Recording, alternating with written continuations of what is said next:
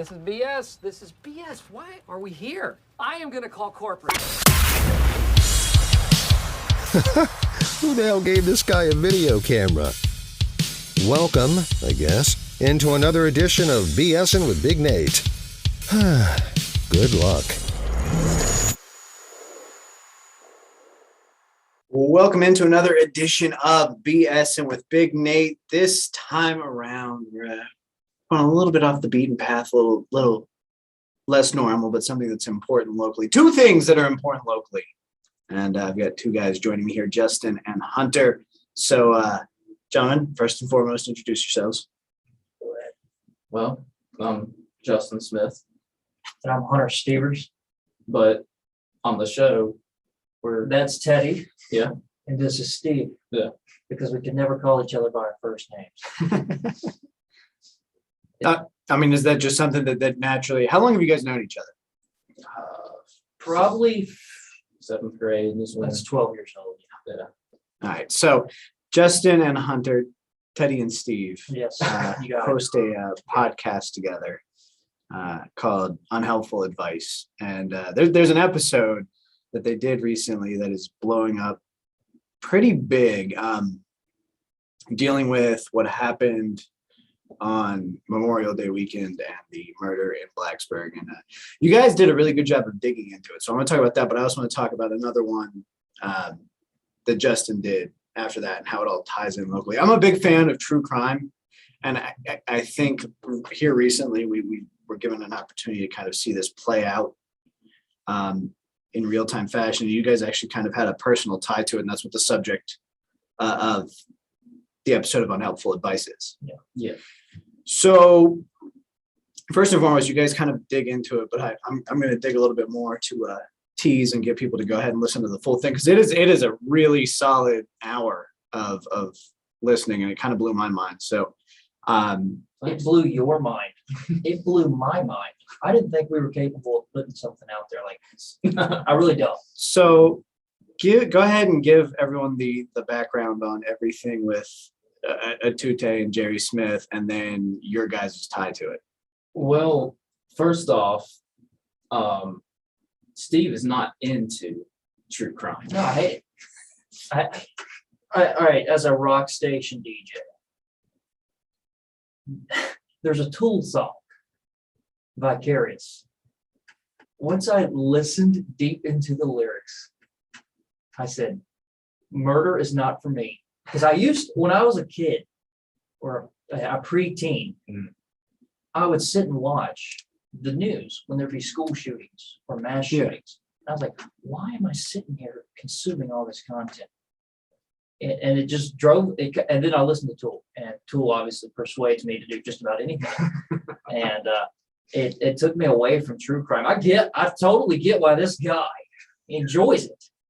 I'm just not on board with it.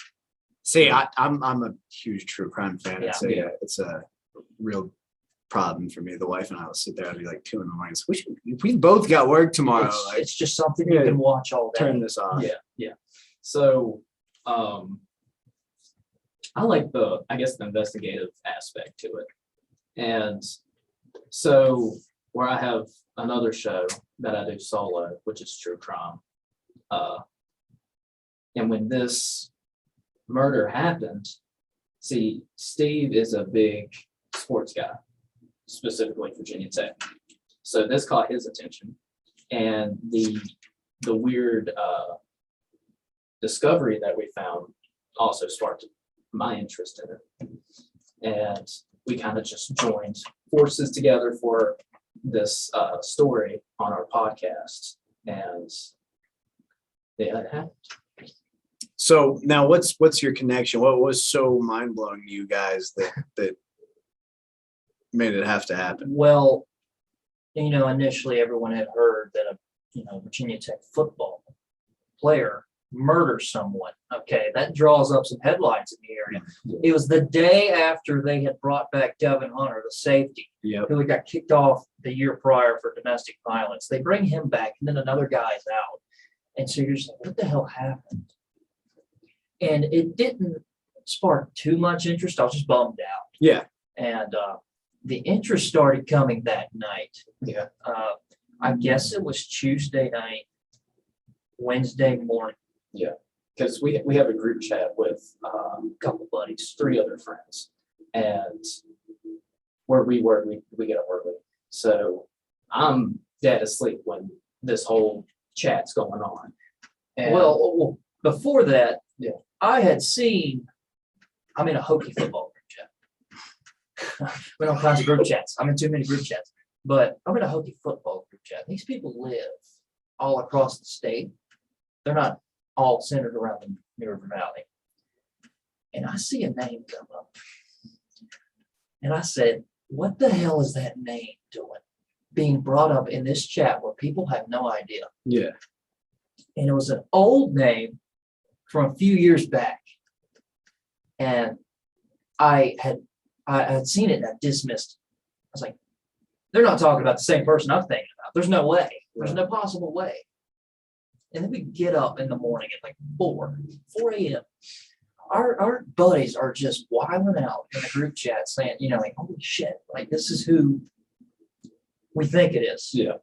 And it's the name Angie Renee. Angie Renee was an old catfish account that would message us over and over and over again when we were like 19. all of our friends as well.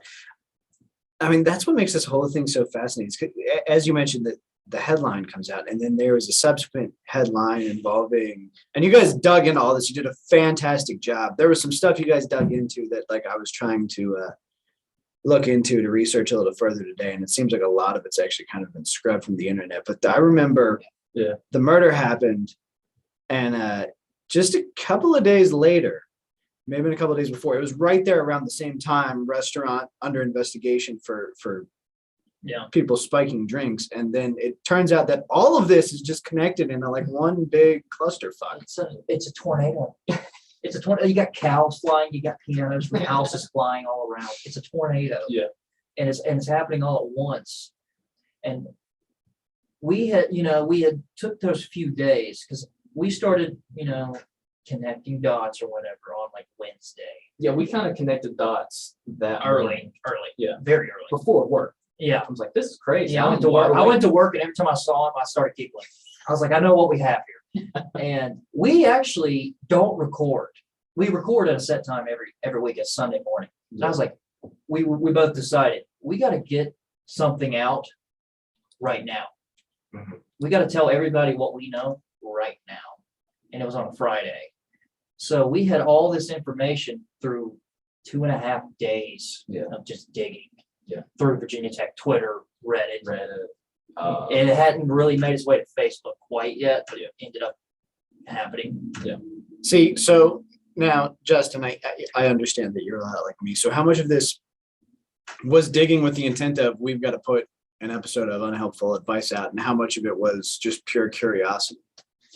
well, the claims that was coming out from like different sources of how this happened.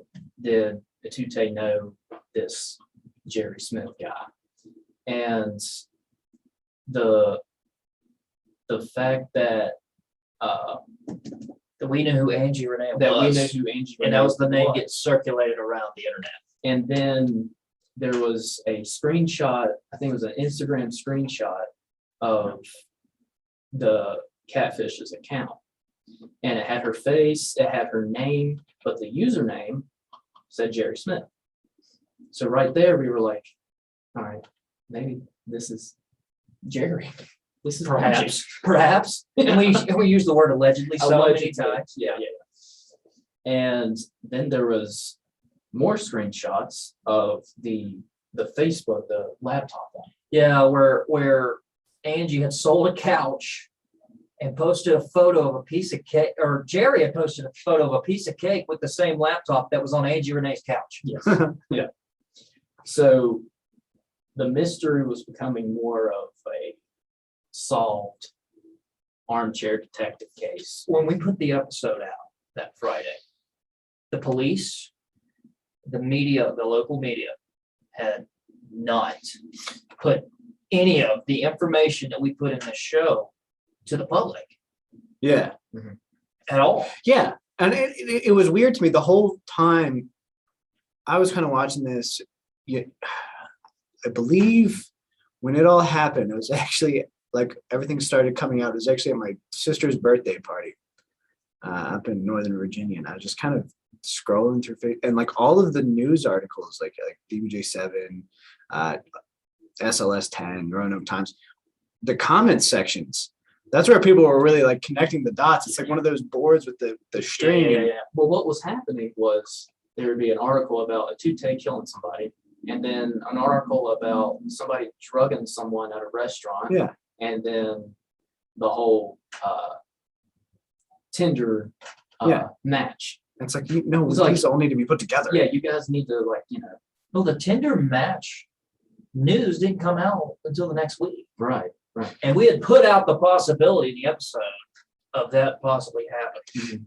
And that's something that does seem to happen a weird amount in the line of investigating something is how many times, murder A will happen in one town, murder B will happen in another town, and they're completely connected, but nobody connects the dots. Yeah. And it seems like in real time, you guys were able to A, do that, and B, kind of fish and have an early picture of what was going on. And I think that's part of the reason is that episode's doing so well is the accuracy, B, the promptness, but also, you guys have that real experience with it. Personal Yes. experience. It fell into our laps. Yeah. All of this fell into our laps. I guess that's why it was so easy for us, because that Angie name was just popping up, and it just made sense.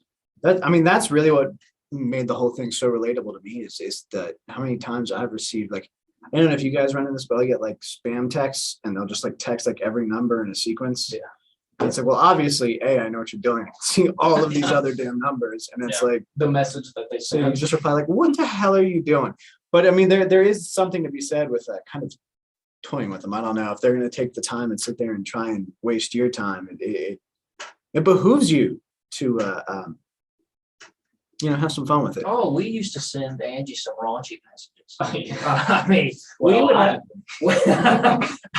we would just be at the house watching UFC with the boys, just pounding bears over and over. Yeah. And Angie would message one of us, and it was go time.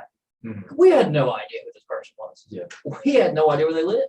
Well, I mentioned it was one night. It was a massive fight. I can't remember what it was, but the whole crew was there, and I'm just sitting in the chair, and I get a random message and friend request, and it's Angie Renee. And I was like, "You guys know who this Angie Renee is?" And they're like, "She sent you a message too." I'm like, "Oh, I'm part of the club now." Yeah, you were. Yeah. Now, did you think like the identity of Angie Renee would ever come to light? I mean, this probably not in this Not this circumstance. circumstance, but No idea how, like, the fact that a Virginia Tech player murdering someone just unveils who Angie Renee actually was, just baffles me. yeah, it's mad. It's like a Mad Lib. It's Like the everything's most, just so randomly thrown together with this, and I think that's what makes it so captivating. it's one of the most insane things that's happened in my life. I mean, it's Does safe to say this does this set the bar like this is the highest now? You've just got to chase that high, or that. We might have to. I mean, We might you have have to start like being more active with these. That Tinder account's probably a bot. Let me swipe right on it. Yeah, let's just See keep what this happens. thing going. I might get murdered one day. Yeah. Just investigate. Well, worst case scenario. That is. Best case Yeah, scenario, yeah. another episode. I do want to sidestep because of course that is not the usual directive of unhelpful advice, but true crime is something that Justin deals with a lot in Cryptic Files. Recently, you were discussing another local case that I have always been fascinated with because of its history in Virginia murder law. Is the Stephen Epperly missing body of Gina Renee Hall. How did you become interested in that? Because I'm assuming you're probably around my age, so you weren't even alive when it happened, Right. or and it's something that's always captivated me. So what prompted your interest in that one? Well, going to Radford University, there's the theory of Deadman. Deadman Center, and I'll get to that. that's the reason why. But yeah, here at Radford, and I was really big into videography, making short horror videos. And when COVID hit, that's when we started Unhelpful Advice. And it was later last year, I really wanted to make another like documentary type thing on a true crime story. And I realized that it might be kind of hard to get people together because of COVID and everything. So I started the true crime podcast, Cryptic, and I did a few episodes before that, and then the book Under the Trestle I saw online somewhere. So I was like, this would be a cool case to get into because, you know, her body's still missing. So I read the book and I just did one episode on what all happened. And then I realized that a local guy, he didn't reopen the case. He kind of went undercover. Yeah. And I think it has something to do with if you reopen the case, that gives the murderer an opportunity for Appeal. Yeah. So he went undercover, and I can't remember if he messaged me or I messaged him. And I asked him, "Do you want to be on the episode and tell me your story?" And he was like, "Yeah." And I noticed that you're big into like the paranormal stuff. Well, I have something paranormal involved with this Gina Hall case. I was like, wow, all right. So I meet him at, I think, his sister's house. I walk in, and first thing he says is, "This is the first place I saw a ghost." I was like, all right, here we go. Here we go. So I sit down in the kitchen with him, and he's telling me that he was given this case file, and I don't know if he was told not to reopen it, just, you know, look into it. So he starts looking into it, and this was like back in the early 2000s, maybe 2008, maybe. But he wasn't having much luck at all, and he was told to not tell anybody except for his boss. Well, one day he gets a call, and it's a psychic medium. And the medium is like, "Do you know a Gene Hall?" He was like, "You mean Gina Hall?" He's like, "Yeah." And Andy Wilbur, that's the guy who interviewed. He says, "You mean Gina Hall?" And the medium's like, "Yeah, I think I know where her body is." So it leads down, the psychic medium says the body's at the Deadman Center. So Andy gets a specialist that can look at anomalies underground, and they found a red spot, woman-sized anomaly. And they dig and dig and dig, and he was for certain that that was her there. Nothing was there at all. And that was the first time ever that the guy, the specialist, was like, "That's never happened in my career." Let me ask you a question. When they did the digging, the Deadman Center had been completed, correct? Where would they dig? It was in a grass field. Beside it? Yeah. Okay, I always heard of something like, Yeah, that was half the court right down The rumor, the way I had always heard it was, I'd heard half court down the middle. yeah, I'd always heard. right where they do the tip The only thing that remotely made sense is that they were working on those facilities around the same time that she would have been murdered. Right. And it always seemed like a far cry from me, but that's where my fascination with it came from as well. Yeah. Well, they didn't find anything. So after, I think it was 2013 then. So he was working on it for years. So he was bent out of shape, emotional, and he was on his way to a family get together or whatever. And he's driving, and he just decided to pull off the side of the road. and he got out of his car to go sit by a tree and just cry it all off. Well, his headlights start coming on, and he's like, that's kind of weird. Turns them off, walks back to the tree, come on again. He's like, some bitch keeps coming on. So he said it was an older car, so he has a knob to turn it off. And he goes back, sits down, and then all of a sudden he just gets this feeling of like, Gina, is that you? If it is, turn those on. They come on. So then he says he gets a rush of energy, basically telling him to tell Gina's sister. So after that, he calls Gina's sister, Delana, and I don't know what happens all there, but after that, then he told me that he actually went to go see Stephen Epperly in Bland County. But I think Stephen might be in Texas now. But yeah, I feel like I remember him being transferred a few years back. Yeah. And when he met Stephen Epperly, he's like in his 60s and just as intimidating as he was back in the 80s. He's all jacked.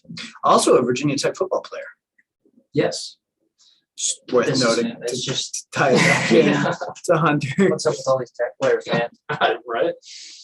But basically couldn't get anything out of it. And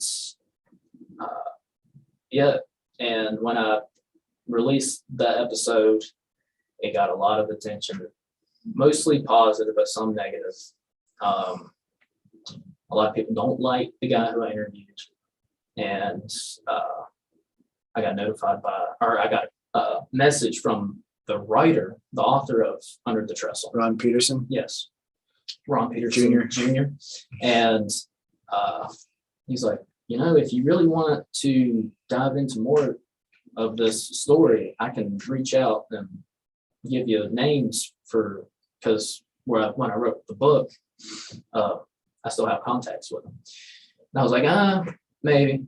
Because I kind of wanted to just leave that alone because the damage was kind of done. And Ron Peterson Jr. actually has another book out. And I reached out to him and I was like, hey, this story is pretty fascinating that you wrote. I think it's called Chasing the Squirrel. And I asked him, do you want to be on Unhelpful Advice? Because I think that's a story that Steve would be interested as well. He was like, yeah, just whenever. So I think his audiobook comes out next month. So we're going to get him on the Unhelpful Advice podcast. All right, guys. I love this conversation. I've really been enjoying listening to Unhelpful Advice and Cryptic Files. Of course, Cryptic Files monthly, Unhelpful Advice weekly. Is that going to continue that pace? All right. So Ron Peterson Jr. going to be talking Chasing the Squirrel coming up. So that's pretty cool. What else do you have to look forward to? We kind of, on Unhelpful Advice, whatever happens during the week, it could be nationally, it could be worldwide news.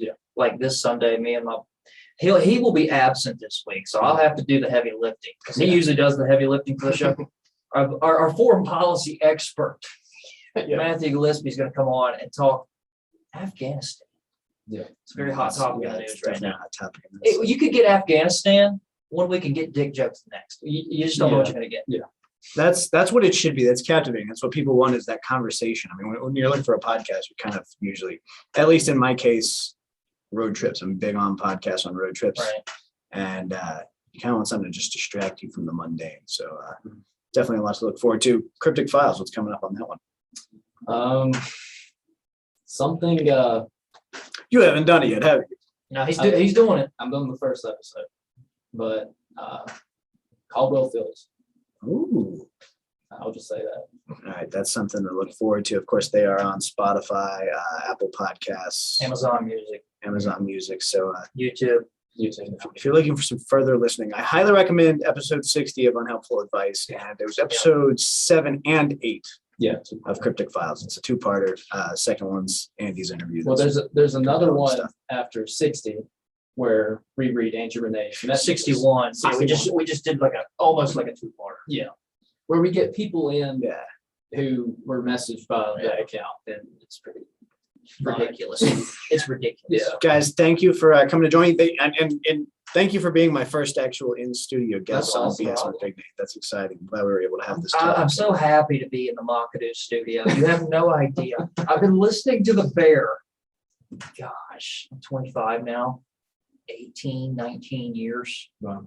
So to finally be in the place where they spin the music, Yep. it's kind of a surreal feeling. Glad to have you. I'm glad we'll have to talk again Oh, yeah. down the line. But gentlemen, have a great day. Thank you. Thanks.